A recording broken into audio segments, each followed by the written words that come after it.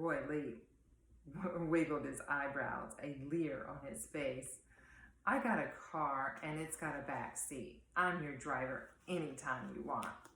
Emily Sue Buckberry, who was Dorothy's best friend, stared at me, doubt written all over her round face. She's got a boyfriend, Sonny, she said pointedly. A couple of them. One's in college. Roy Lee countered. Ah, they're no competition. You don't know Sonny when he gets going.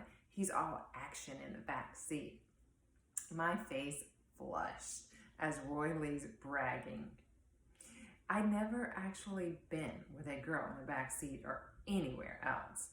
The best I'd ever done was a kiss on a girl's front porch after a dance, and that was only with Teresa Anello in junior high school, just once. I turned back to the worm and made another cut and began to pin back the worm's flesh, taking meticulous notes. I thought to myself, Roy Lee just doesn't understand. Dorothy Plunk was no mere girl. Could he not see, as I, that Dorothy Plunk was God's perfection? She was to be worshipped, not handled. Happy in my daydream, I cut and wrote and cut. I was inspired. I was doing the work for Dorothy, my partner on this worm, and maybe more. Over the remains of a giant formaldehyde-soaked worm, I made up my mind to win her. Roy Lee sneaked around my table and stared at my blissful expression. God Almighty, he complained, you're in love. Emily Sue came up on the other side. I think you're right, she said. This is serious. Heartbreak coming, Roy Lee asked, as if from one professional in the love business to another. Undoubtedly, Emily Sue replied. Sonny? What day is it? Sonny? Hello? I ignored them. A single name was the only lyric to them. Song in my brain. Over and over again it played, Dorothy Plunk, Dorothy Plunk.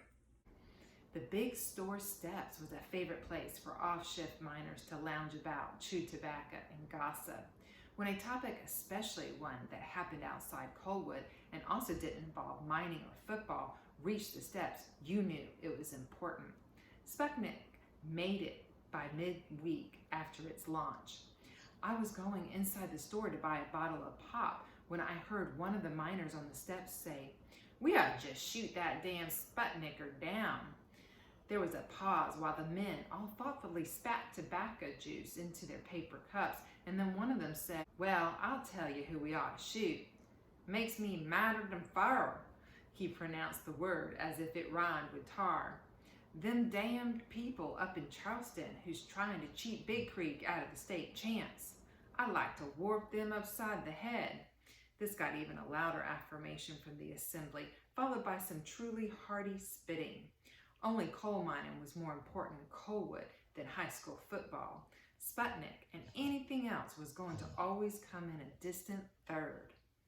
What made the miner madder than fire was the Big Creek was on its way to an undefeated season, but according to the West Virginia High School Football Association, it was ineligible for the state championship because it played too many Virginia schools.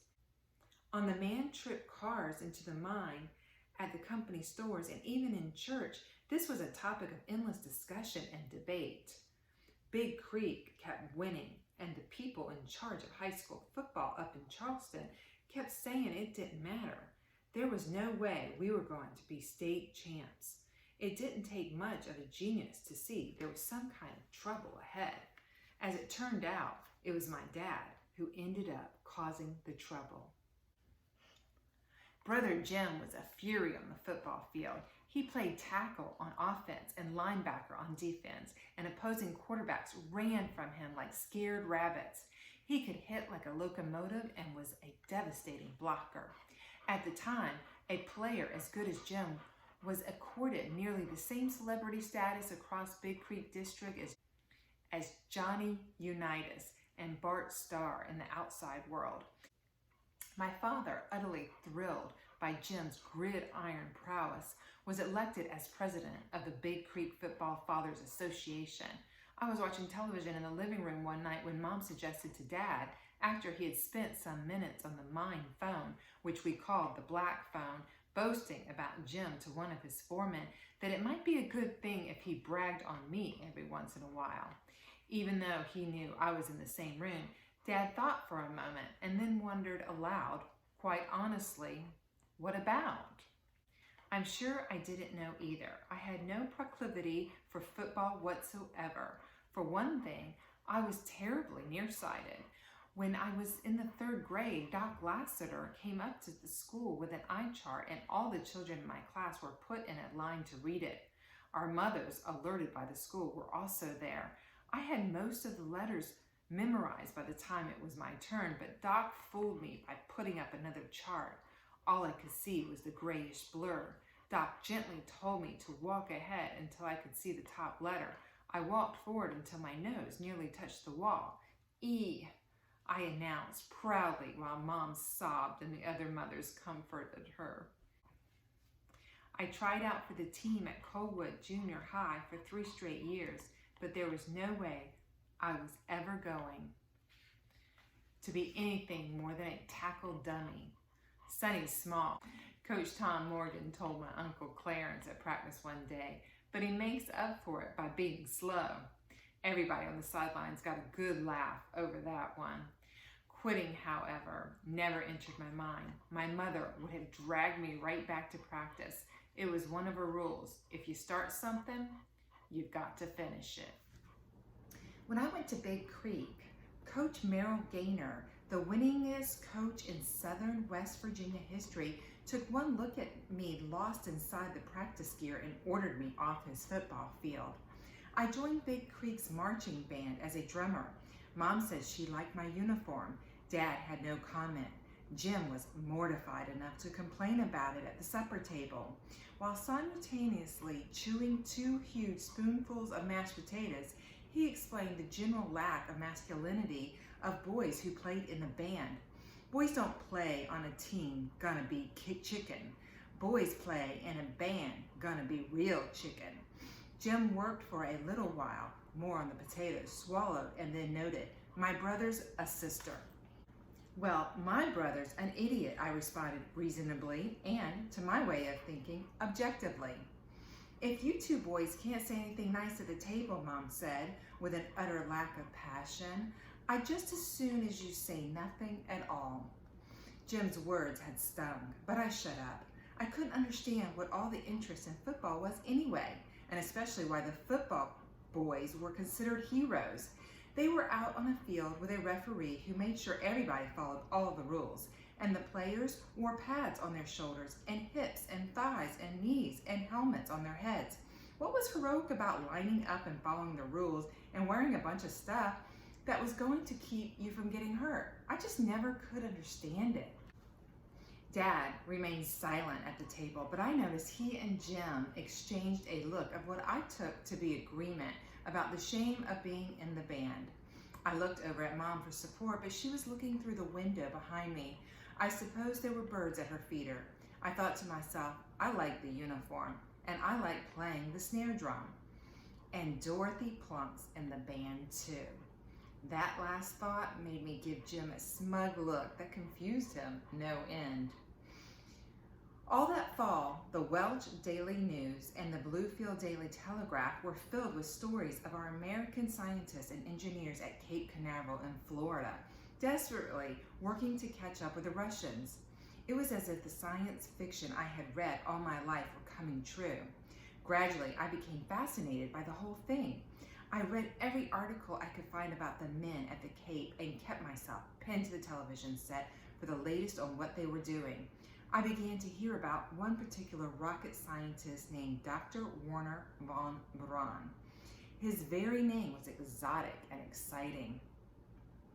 I saw on television where Dr. von Braun had given an interview, and he said in a crisp German accent that if he got to the go-ahead, he could put a satellite into orbit within 30 days.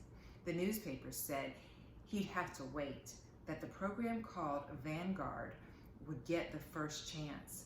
Vanguard was the United States International Geophysical Year satellite program, and von Braun, since he worked for the Army, was somehow too tainted by the association to make the first American try for orbit. At night, before I went to sleep, I thought about what Dr. von Braun might be doing at that very moment down at the Cape. I could just imagine on a gantry, lying on his back like Michelangelo, working with a wrench on the fuel lines of one of his rockets. I started to think about what an adventure it would be to work for him, helping him to build rockets and launching them into space. For all I knew, a man with that much conviction might even form an expedition into space like Lewis and Clark. Either way, I wanted to be with him. I knew to do that, I'd have to prepare myself in some way, get some skills of some kind of special knowledge about something. I was kind of vague on what it would be, but I could at least see I would need to be like the heroes in my books, brave and knowing more than the next man. I was starting to see myself past Colwood, Warner von Braun, Dorothy Plunk. My song now had 2 names in it. When the papers printed that Sputnik was going to fly over southern West Virginia, I decided I had to see it for myself. I told my mother, and pretty soon the word spread, fence to fence, that I was going to look at Sputnik, and anybody else who wanted to could join me in my backyard the evening it was scheduled to appear. It didn't take much in Colwood to create a gathering.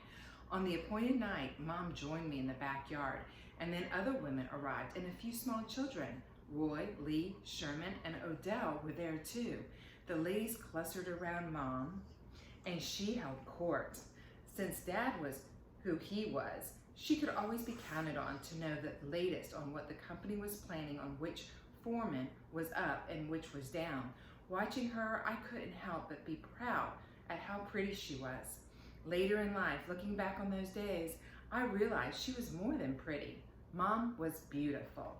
When she smiled, it was like a 100-watt bulb just got switched on. Her curly hair past her shoulders. She had big hazel green eyes, and her voice, when she wasn't using it to keep me and Jim straight, was soft and velvety. I don't think there was a miner in town who could get past the front gate when she was out in the yard in her shorts and halter tending her flowers. They'd stand there, tipping their helmets, grinning, with their chewing tobacco-stained teeth. "Heidi, Elsie, them flares sure are looking good, that's for sure," they'd say. But I don't think they were looking at the flowers. It got darker and the stars winked on, one by one. I sat on the back steps, turning every few seconds to check the clock on the kitchen wall. I was afraid maybe Sputnik wouldn't show up, and even if it did, we'd miss it. The mountains that surrounded us allowed only a narrow sliver of sky to view. I had no idea how fast Sputnik would be, whether it would zip along or dawdle. I figured we'd have to be lucky to see it. Dad came outside looking for Mom. Something about seeing her out there in the backyard with the other women looking up at the stars vexed him. "Elsie, what in blue blazes are you looking at?" "Sputnik, Homer." "Over West Virginia?" His tone was incredulous. "That's what Sonny read in the paper. President Eisenhower would never allow such a thing," he said emphatically. "We'll see," Mom intoned, her favorite phrase. "I'm going." "To the mine," my parents finished in a chorus. Dad started to say something, but Mom raised her eyebrows at him, and he seemed to think better of it. My father was a powerfully built man, standing just under 6 feet tall, but my mother could easily take his measure. He plopped on his hat and trudged off toward the tipple. He never looked up at the sky, not once.